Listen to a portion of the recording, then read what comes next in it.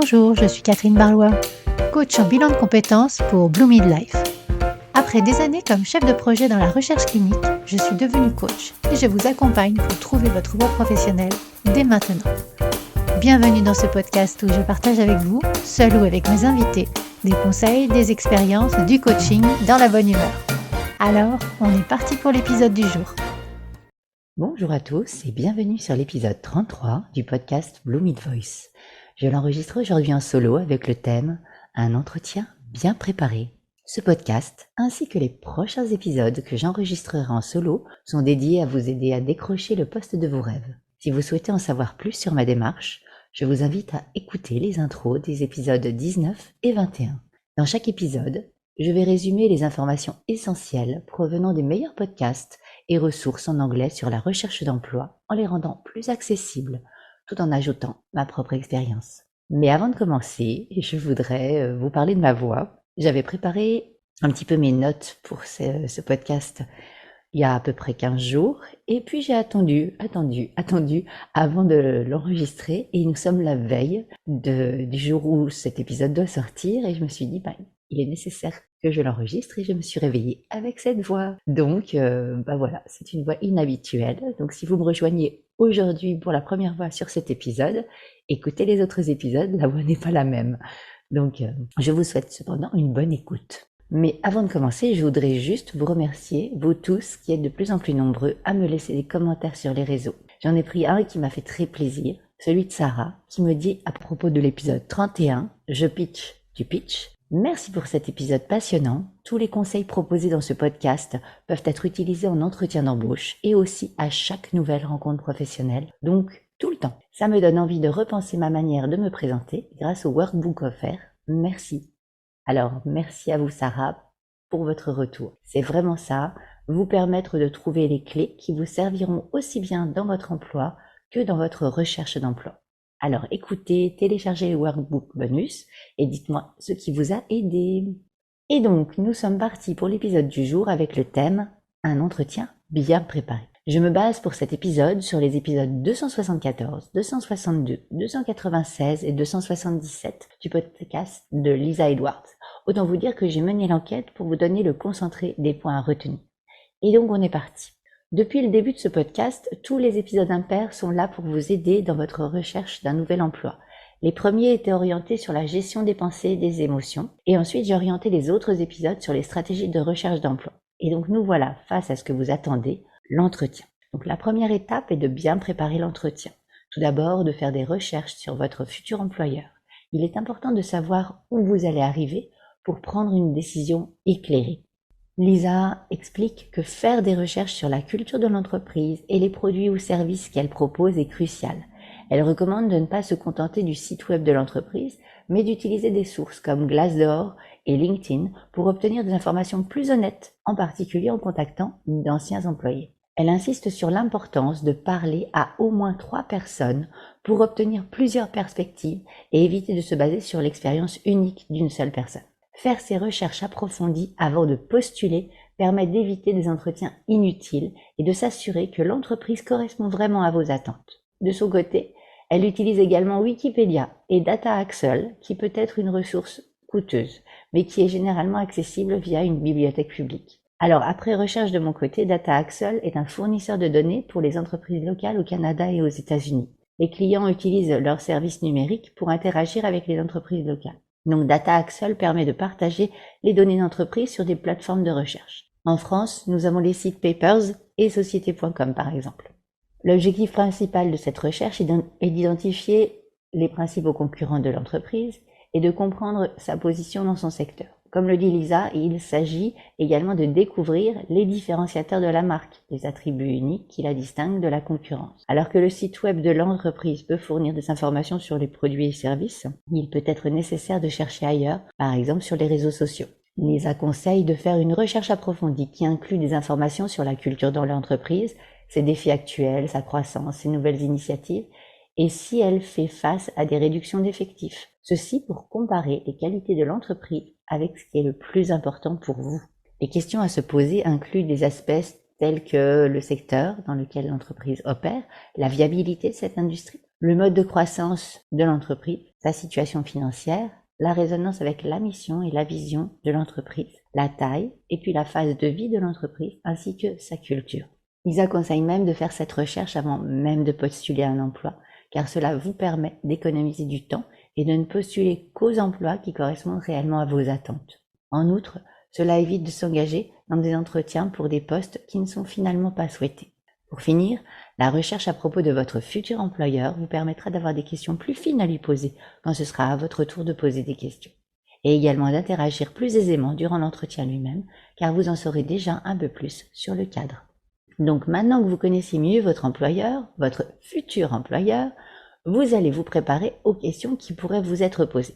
Nous avons parlé du pitch dans l'épisode 31, donc si vous ne l'avez pas encore écouté, gardez-le en tête pour vous préparer à la question « Parlez-moi de vous ».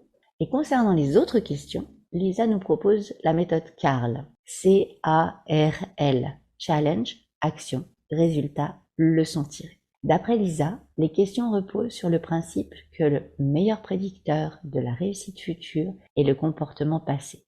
Donc, ça exige une réponse avec une histoire spécifique, une situation, plutôt que de parler de manière hypothétique. La préparation est essentielle car ces questions ne peuvent pas être improvisées efficacement. Donc pour préparer ces réponses, il est recommandé de créer un ensemble de 10 histoires ou expériences significatives qui peuvent être adaptées en fonction des compétences requises pour le poste. Les compétences, bien sûr, sont déduites de la description du poste. Le processus CARL est utilisé pour structurer vos réponses. Donc comme on a dit, le C pour challenge, le A pour action, le R pour résultat, et parfois les leçons que vous en avez tirées. Donc l'astuce avec ces histoires est que n'importe quelle histoire que vous créez sera probablement une histoire appropriée à raconter en réponse à 3 ou 4 questions d'entretien différentes. Ainsi, 10 histoires vous fourniront des munitions jusqu'à 40 questions d'entretien. Alors, comment est-ce qu'on fait ? 1.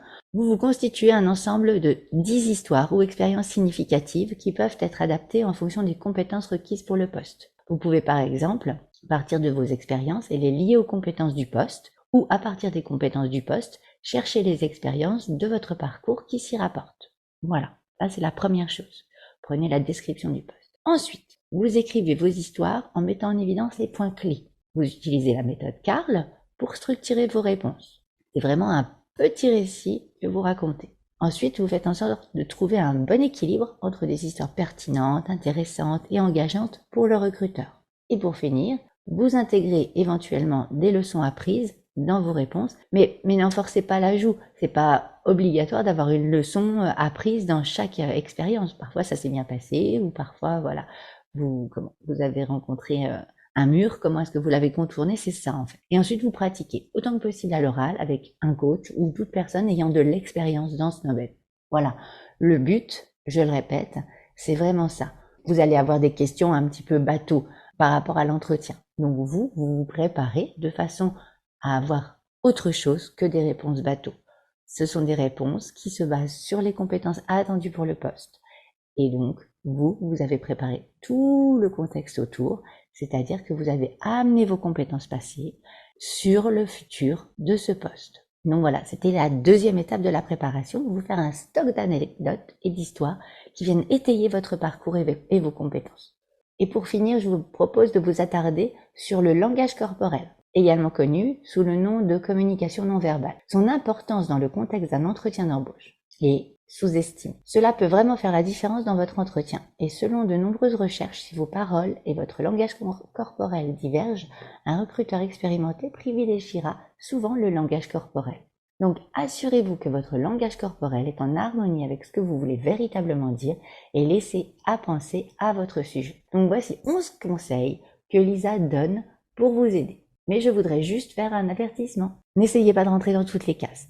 Pour moi, à mes yeux, ce qui compte, c'est de rester qui vous êtes, authentique. Voilà, une fois que j'ai dit ça, alors je commence avec un conseil 0 qui tombe sous le sens, mais qu'il est bon de rappeler malgré tout.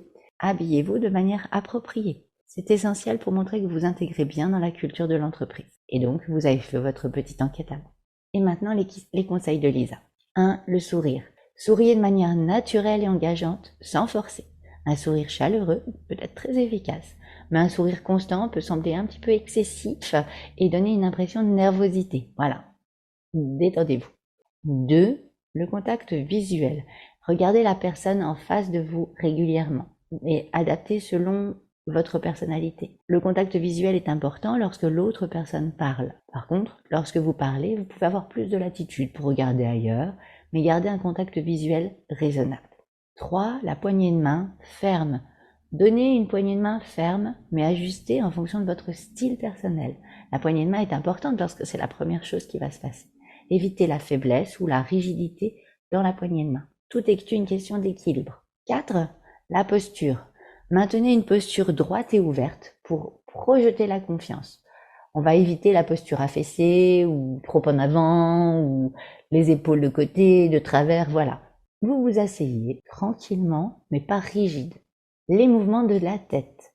En 5. Évitez des mouvements excessifs de la tête. Restez calme et concentré en restant dans l'écoute active.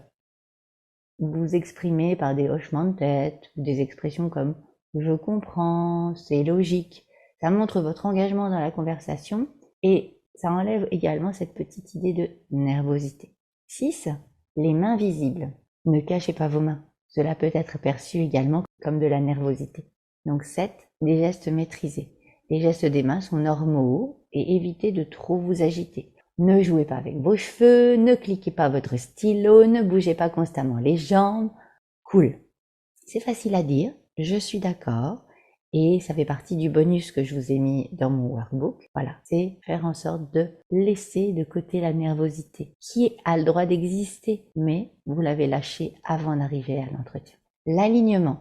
Vous pouvez vous caler sur votre interlocuteur en vous alignant sur son ton, son rythme, son langage pour renforcer le lien. 9. Les réactions faciales. Contrôlez vos réactions faciales pour éviter de donner des signaux contradictoires. Les expressions faciales jouent un rôle crucial dans la communication non verbale. Donc vous maintenez une expression calme et vous évitez des signes de frustration ou de désaccord. 10. Là, ce ne serait pas le cas pour moi aujourd'hui, la tonalité de la voix. Encore que, gardez une tonalité de voix confiante et claire, ce que j'essaye de faire. Et évitez les murmures ou les discours rapides. Voilà, votre voix est posée, votre personnalité est posée. Tout vient se raccorder, aussi bien la posture, vos mains, votre voix. Et pour finir, 11. La réponse au langage corporel du recruteur. Soyez vous aussi conscient des signaux non verbaux du recruteur et adaptez-vous en conséquence. Pour finir, je dirais montrer de l'enthousiasme. Votre langage corporel doit exprimer votre intérêt et votre empressement pour le poste. Mais surtout, restez naturel. Ce ne sont que des conseils et donc gardez ce qui fait sens pour vous. C'est le plus important. Et donc voilà, nous avons fait le tour de ce que j'ai recueilli comme information dans les podcasts de Lisa Edwards sur ce thème. Ainsi se termine cet épisode de podcast. Je vous ai préparé, comme d'habitude, un workbook pour vous permettre d'approfondir ce sujet et de vérifier que vous avez pensé à tout, plus 2 idées bonus pour préparer votre entretien dans les meilleures conditions. Je vous laisse réfléchir à comment appliquer cela dans votre recherche d'emploi et je mets le lien dans la retranscription. Partagez avec moi ce que ce podcast vous a apporté et comment vous avez avancé. Vos commentaires et vos retours sont vraiment importants pour moi. Et partagez également ce podcast si vous pensez qu'il pourra servir à l'un de vos proches ou de vos collègues. Si vous êtes resté jusqu'à la fin de ce podcast, sachez que j'organise un concours. Pour cela, il vous suffit de laisser un commentaire sur Apple Podcast et de m'envoyer la copie d'écran de ce commentaire sur l'adresse contact@bluemidlife.fr ou alors de mettre un commentaire sur les réseaux sociaux. Voilà, vous avez le choix. Mais sachez que ces commentaires sont comme un boost pour moi, pour me garder motivé à continuer à vous partager du contenu de qualité. Tous les 8 podcasts, je ferai un tirage au sort parmi tous les commentaires pour offrir à une personne 1 heure de coaching dédiée à ses objectifs professionnels. Depuis le début de ce podcast, 4 personnes ont gagné 1 heure de coaching. Alors, ce sera peut-être votre tour très bientôt. J'espère que ma voix aura rendu le podcast audible malgré tout. Je vous souhaite de très belles fêtes de Noël et je vous donne rendez-vous la semaine prochaine avec des épisodes cadeaux. Lundi prochain pour un épisode spécial Noël, une interview de Christine Gold en anglais. et vendredi prochain pour une interview fleuve avec Stéphanie Jung, un épisode qui en vaut 2, voire 10, tellement il sera riche en énergie et en conseils. D'ici là, très bon week-end de Noël, très belle semaine et à très bientôt. Si cet épisode vous a plu, n'hésitez pas à le liker, à le partager, à mettre 5 étoiles sur votre plateforme d'écoute préférée. Et je vous souhaite une belle semaine.